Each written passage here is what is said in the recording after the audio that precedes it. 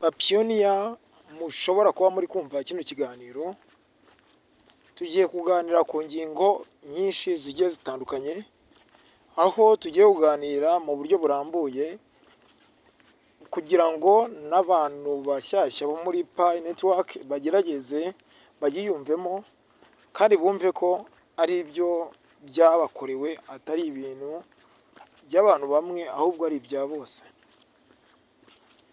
Ni byiza yuko rero twese tubisobanukirwa kimwe, ndetse n'uwo wakwinjizamo ukamwinjizamo umubwira ati dore aho wasanga amakuru ni hano, aha gusobanurira kumvikana ni hano, byose tukabasha kugenda tubyumvikanaho neza neza.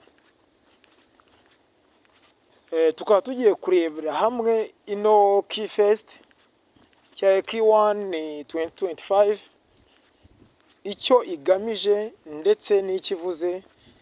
Tunarebere hamwe mu buryo burambuye imbuzi Pi Network yagerageje kuduha arizo ziri gukorwa mu buryo bwa nyuma, kuko wibuke ko baduhaye deadline ya grace period yuko igomba kuba itariki nk'uko bayiteganyije ku itariki 30 z'ukwezi kwa 12 2024.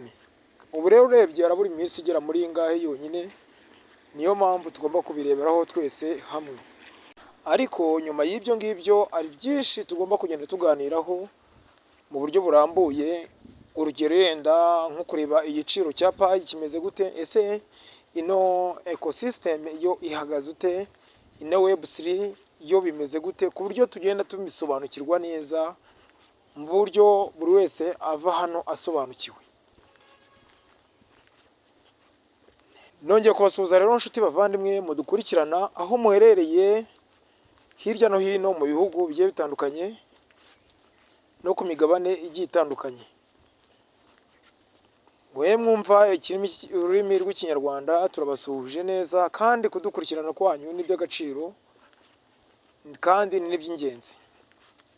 Turabashimira rero ko turi hano ku bwanyu, ntago turi hano kugira ngo dukore ibiganiro byo gukurikirwa, ahubwo turi hano kugira ngo dukore ibiganiro mu bikurikire ndetse bigira icyo bibungura, ndetse natwe bigira icyo bitungura. Mu by'ukuri rero ni nko kuganira kugira ngo twungurane ibitekerezo, kuko tugomba kwisanzura kugira ngo buri wese agire ibyo yungukiramo. Bajya bavuga umugani mu Kinyarwanda ati imfubyi yumvira mu rusaku, ariko mu by'ukuri ntago ari imfubyi ko mutere, ahubwo nuko umunyabwenge aba agomba gutoramo ayiwe, nibyo byakabaye byiza. Duhereye ku kintu kimwe rero cya K1, twagiye tuboneraho muri dashboard zacu hari itangazo Pi Core Team yatugejejeho mu buryo burambuye. Bagerageje kutubwira ko bagerageza kutwiseguraho ku bw'uko intego twihaye yo kuba twafungurirwa open mainnet muri uku kwezi ndetse ku itariki 31 bitakunze, kubera ko urabizi ko ibintu tubijyana ku ntego yabyo. Intego twihaye ntabwo yigeze igerwaho, niyo mpamvu bitigeze bikunda, ariko baduha icyizere yuko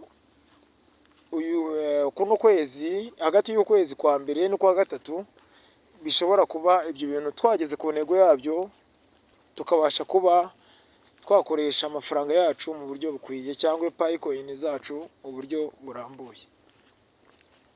Mu by'ukuri rero ari benshi batabasha kubyumva, kuko urumva kenshi burya iyo wishyizemo ikintu biba bigoye kubyumva, ariko mu by'ukuri ni ukugira ngo umushinga wacu ukomere, nuko tubifata gutyo. Ubwo dushobora kurebera hamwe tukavuga ati ese aya mezi baduhaye open mainnet niramuka isohotse, twe ubwacu tuzabifata gute? Ese twe ubwacu tuzumva ubuzima bwacu bugomba guhinduka mu buhe buryo, cyangwa mo kimwe ni gute tuzakoresha imishinga yacu tuyibyaza inyungu, ndetse na zino coin zacu tuzibyaza amafaranga nk'uko bikwiye, kandi amafaranga atari ka mwanya gusa, ahubwo ari n'amafaranga ahoraho mu buryo busanzwe cyangwa mu buzima bwacu bwa munsi. Ni byiza yuko rero mwe mugomba kubitekerezaho neza kandi cyane. Aya mezi ukwezi kwa 11 kwararangiye, kwa 12 kugiye kurangira. Ibyo byose mwabashe kuba mwareba imishinga muzakora ni iyihe kugira ngo tubashe kuyikurikirana. Ari nayo mpamvu abenshi bagerageje kugenda baramburirwa ubwo baduhaga P-Fest. Iriya P-Fest kwari kugira ngo tubashe kugerageza ni nko gutestinga cyangwa kugerageza imishinga yacu tuyibyaza inyungu muri payi, dukoresha payi network cyangwa payi coin zacu kugira ngo turemba ko after open mainnet bizakunda mu buryo bwiza. Ni ibyishimo rero kuko akenshi uyu mushinga impamvu tuba tubona ufite ingufu nyinshi nuko bagerageza kutubwira igihe runaka bihaye yo kuba twarangiza ino system yacu. Iyi ecosystem rero yubatse gute rero? Twagiye tubona ko twari twihaye intego ya miliyoni 15 z'abantu bakoze KYC ndetse n'abantu bakoze migrate miliyoni 10. None KYC yo uko nagiye mbibabwira aya mezi uko ari 3 ari byinshi agomba guhindura ndetse hari na byinshi agomba kutugezaho. Mu by'ukuri rero murabizi ko turi kwitega open mainnet muri uku kwezi kwa mbere ku itariki 31 naho ku itariki 31 cyangwa mu kimwe ikaba mu kwa kabiri cyangwa mu kwa gatatu. Urumva rero ko mwese mugomba kuba mwiteguye mukareba ibisabwa byose, deadline baduhaye ya grace period murabizi ko iri hafi kuba yaba ended.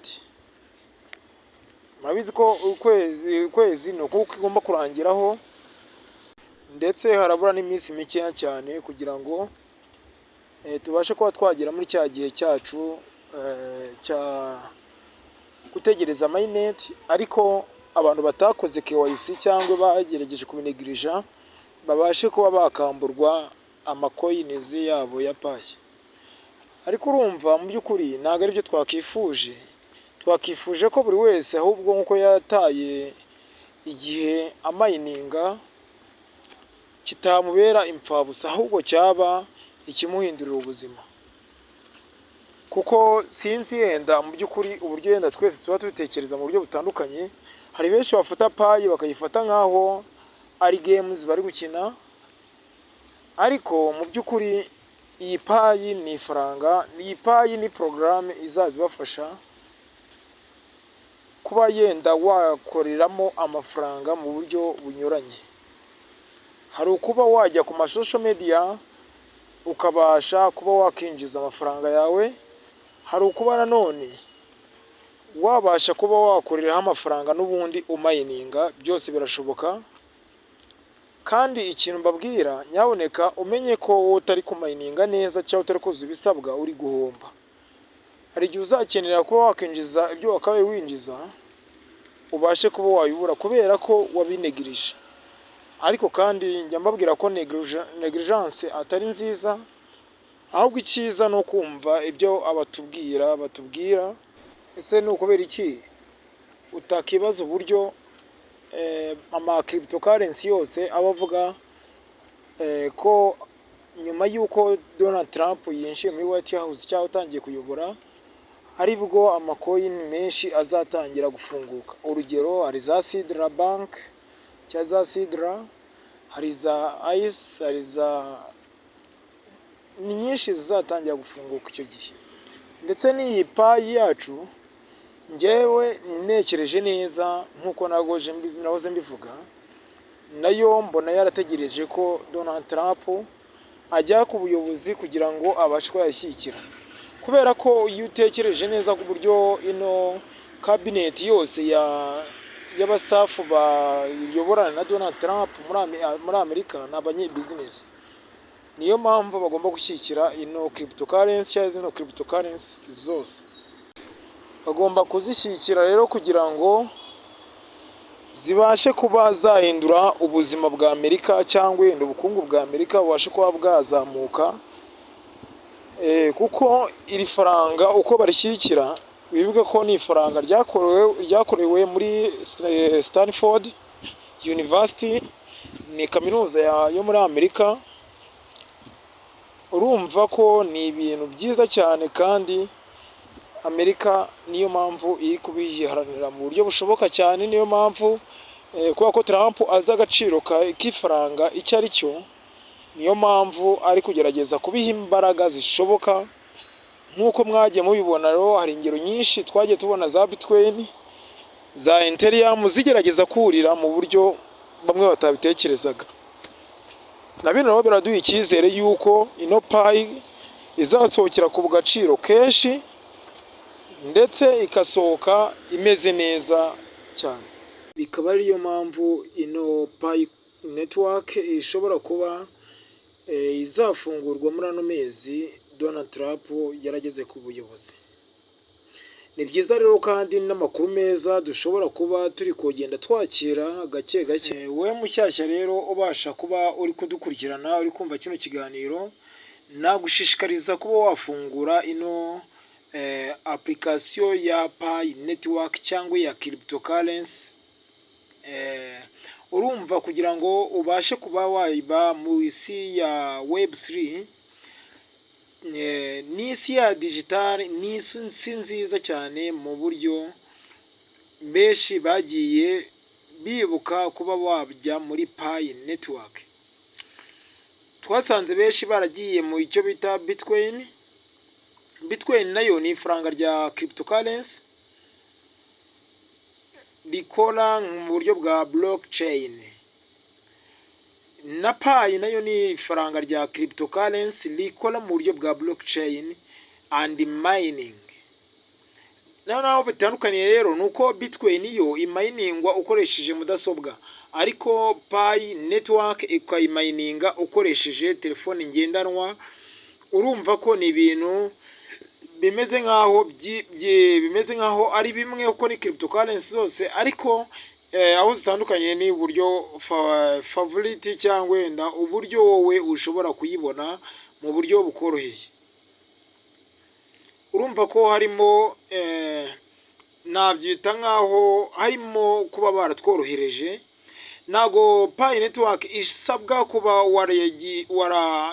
warize amashuri menshi kugira ngo ubashe kuba wayimayininga, oya, ahubwo icyo bigusaba nuko ukurikiza amabwiriza yabo, amafomu ukayuzuza, ukakora buri kimwe cyose, kuko ni ifaranga rigiye kuzakoreshwa ku isi yose. Niyo mpamvu yaba warize amashuri menshi yaba utarayize, iyi Pi network irakureba kandi ugomba kuyikoresha nk'iyi si ya digital turimo ya Web3.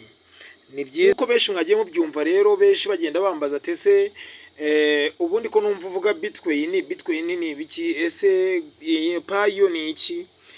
Zose nabasobanurira ati ni uburyo bwa blockchain ariko bukora nk'ifaranga rya cryptocurrency.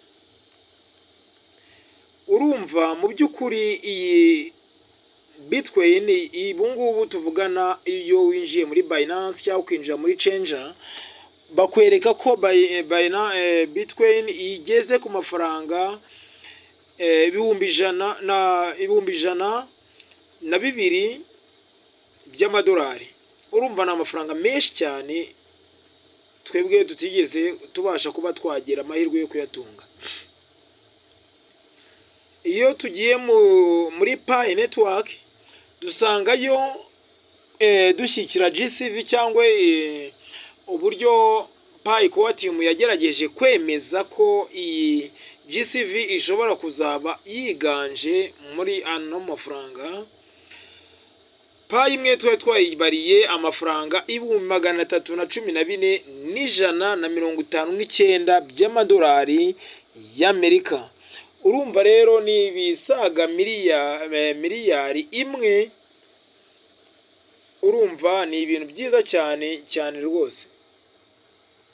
Mwebwe rero mushobora kuba muri kutwumva nonaha, ukaba ukeneye kuba wafungura iyi Pi network, wanyandikira muri comment cyangwa ukabasha kuba wanyandikira kuri WhatsApp yanjye, nimero muranyibashyiriraho, ukabasha kuba wambwira ko ukeneye kuyifungura nkabasha kuba nakohereza linki ukinjiramo, ko winjiramo ari uko ufite linki. Iyo umayininze udafite linki akenshi burya nta gaciro biba bifite, uba umeze nk'aho uri gukora muri mayinazi. Ariko yego nyine iyo ubonye umuntu ugohereza iyo linki uyinjiramo, n'ubundi payi zawe urongera ukakomeza ukazibona. Ariko biba byiza iyo winjiriye ku muntu kugira ngo utangirane na payi imwe nk'uko bisabwa, kandi uzabashe kuba wabona ama KYC mu buryo bwemewe n'amategeko cyangwa mu buryo bwemewe wasinyiye. Ni byiza rero cyane mwese kuba mwagerageza kuba mwafungura iyi payi, kuko guhera 2025 mu matariki 3 ari imbere tugiye kujya dukoresha iri faranga rya cryptocurrency, cyane cyane payi network, ko ifite abantu barenga miliyoni 70. Urumva bamaze kwinjira muri mushinga mu buryo bwemewe n'amategeko. Ni umushinga rero uzwi, ni umushinga wiyemeje kuba wagirirwamo n'abantu benshi, kandi umushinga wavumbuwe n'icyo bita Stanford University, ukaba fondateri yawo ari John Biao, ukaba cryptocurrency na Pi Core Team. Iyi cryptocurrency ikaba kiriya kigo cyarayivumbuye, ariko Dr. Nicolas ndetse n'umugore we John Fiao akaba ari abantu bakomeje kugenda bayishyigikira iyi GCV, ndetse nk'uko aribo bayishinzwe, kuko nibo ba city bayo bagenda bagerageza kugenda bavumbura ibintu bimwe na bimwe bishobora kudufasha muri uyu mushinga. Ndetse bakaba baratubwiye ko ari natwe tuzishyiraho igiciro nk'uko mugenda mukibona ahantu henshi hagiye hatandukanye.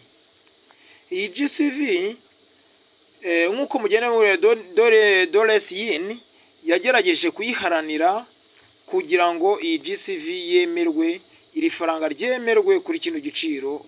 Akaba ari ibibazo byinshi tugenda twibaza. Pi network kuri X yanditse ati, why do we need to reduce the gap between the number of KYC and mainnet migrating pioneers? Because we want to include as many them as possible in Pi in open network. Nk'uko mugenda mubona ngo nukubera iki dushobora kugabanya, turi gushaka kugabanya ino gap yo muri Pi KYC cyangwa mainnet. Akenshi no kugira ngo tubashe kuba twagera ku ntego yacu ya open mainnet, uko bacyo badusaba nuko tugomba kuba dufite imibare yemeranyijweho y'abantu bujuje KYC n'abantu bavanye muri KYC. Ngo Pi imwe ingana n'amadolari $14,159 by'amadolari. Urumva rero ni ibintu byiza cyane. Nyaboneka ibi bintu urumva ni uburyo twaharaniye iri faranga dushyigikira GCV. Ni Global Consensus Valley. What is agree with this price? Isi yemeranyije kino giciro, yemereye kino giciro. Warabyemera wowe se basi? Iyi consensus price bavuga ati wowe iregistre muri OX exchange. Ino OX exchange yemeje kuzakorana na Pi network, ndetse aho inyuma yo gufungura kwa open mainnet yo yemeranyije kuzatanga, ikaba yariyemeje kuzaduha ari amakarita ameze nka ATM tuzadukoresha muri bya byuma kugira tubashe kuba twabikura amafaranga yacu coin zacu. Uzumva benshi bagenda baguca intege ngo igiciro ntago kibaho, ngo ibiki n'ibiki byose, ariko umenye ko igiciro uko ugishyigikira, uko wumva ko kigomba kubaho, ni nako kizabaho. Ariko numva ko kitagomba kubaho n'ikizabaho, ariko biba byiza yuko ubyiyumvamo yuko kigogiye kubaho kugira ngo kibashe kuba cyaguhindurira amateka. nk'uko mugenda mubibona rero muri ino dashboard yanjye, tugenda tubonamo amadolari menshi. Umuntu uzavunja payi imwe azaba afite amadolari angana nka gutya, ari payi imwe. None ibaze nk'umuntu umaze kugira payi zirenga 5, 20, ubwo urumva amafaranga wari kuzatunga imyaka y'ubuzima bwawe, ndetse wari kuzarinda unapfa utarayatunga. Ubu nibwo ugiye kuyatunga muri kino kinyejana, cyangwa muri ino ecosystem. Ni ibintu byiza rero kandi ni inkuru nziza, kuko abenshi twumvise rwose twaraguyiwe ahashashe, kuko hari byinshi bigiye guhinduka mu buzima bwacu, byari byaranze guhinduka. Hari ibyifuzo byinshi tugiye kujya dukemura, amabizinesi tugiye guhimba yacu, aho twari twarasabiye akazi barakatwimye, ubu nitwe tugiye kugatanga. Ni byiza cyane rero mubimenye neza. Urumva ko rero nk'uko mugenda mubibona, tuvuga ngo twatangiye iminsi 30 y'amategeko y'Ubwongereza cyangwa ya EU, ya English United Regulated Platform and then Registered Teachers USDT token, or taking more use in the global standard that Bitcoin is used cryptocurrency regulation. For the selection, do you cover it? Urumva ko ni amategeko tugomba gukurikiza, tugiye gukurikiza ku itariki 30 z'ukwezi kwa 12 2024. Urumva rero ni amategeko yashyiriweho kugira ngo tuyumve ndetse tubashe kuba twayakurikiza, dutangire open minded, twese tuyumva kimwe kandi intego ari imwe. Urumva nicyo kintu amategeko ababeraho, kugira ngo twese tubifate umurongo umwe nyawo. Ino global investment, aya ni amacoins yandi agenda yivanga muri cryptocurrency ya Super R. Urumva mu by'ukuri hari amavision menshi tugenda dusanga ahantu henshi hagiye hatandukanye y'ama cryptocurrency. Niyo mpamvu wowe nubona cryptocurrency jya umayininga, icyambere nuko itagusaba amafaranga, ni byiza cyane. Ikaba rero ino web3 igendera mu buryo bwa Gesra and Nesra. Ino cryptocurrency cyangwa zino cryptocurrency zose zikaba zaba zikontororwa na Nesra and Gesra. Iyi rero benshi ntago basha kuba bayisobanukirwa, ariko uko byagenda kose nayo iyi coin ishobora kuzaba iri kumayiningwa nayo. Urumva rero ama coins ni menshi, ndetse kandi PayQuantum ikaba yifuza kuba yakorana n'iyi Nesra and Gesra, ndetse bikaba byaragiranye amasezerano mu buryo bumwe cyangwa ubundi. Ni byiza rero kandi mwebwe mubasha kuba mwadukurikiye, turabashimira. Ntabwo ubuzima bwe akari iby'agaciro. Imana ibahe umugisha, kandi nawe uyu mwaka tugiye kugeramo ewana uzabaryohere, ndetse kandi muzagire bunane bwiza na Noheli nziza. Mugire imyaka n'umugisha cyane. Alayu Construction Limited ni company tuzaniye ibintu by'ubwenge, bubaka amazu meza cyane, yaba amazu y'amakadasteri, yaba ama etage ku giciro cyiza cyane utasanga ahandi. Kandi nanone bagufitiye ibibanza byiza cyane biherereye hano mu Murehe. Bagane kwizo nimero ureba hejuru.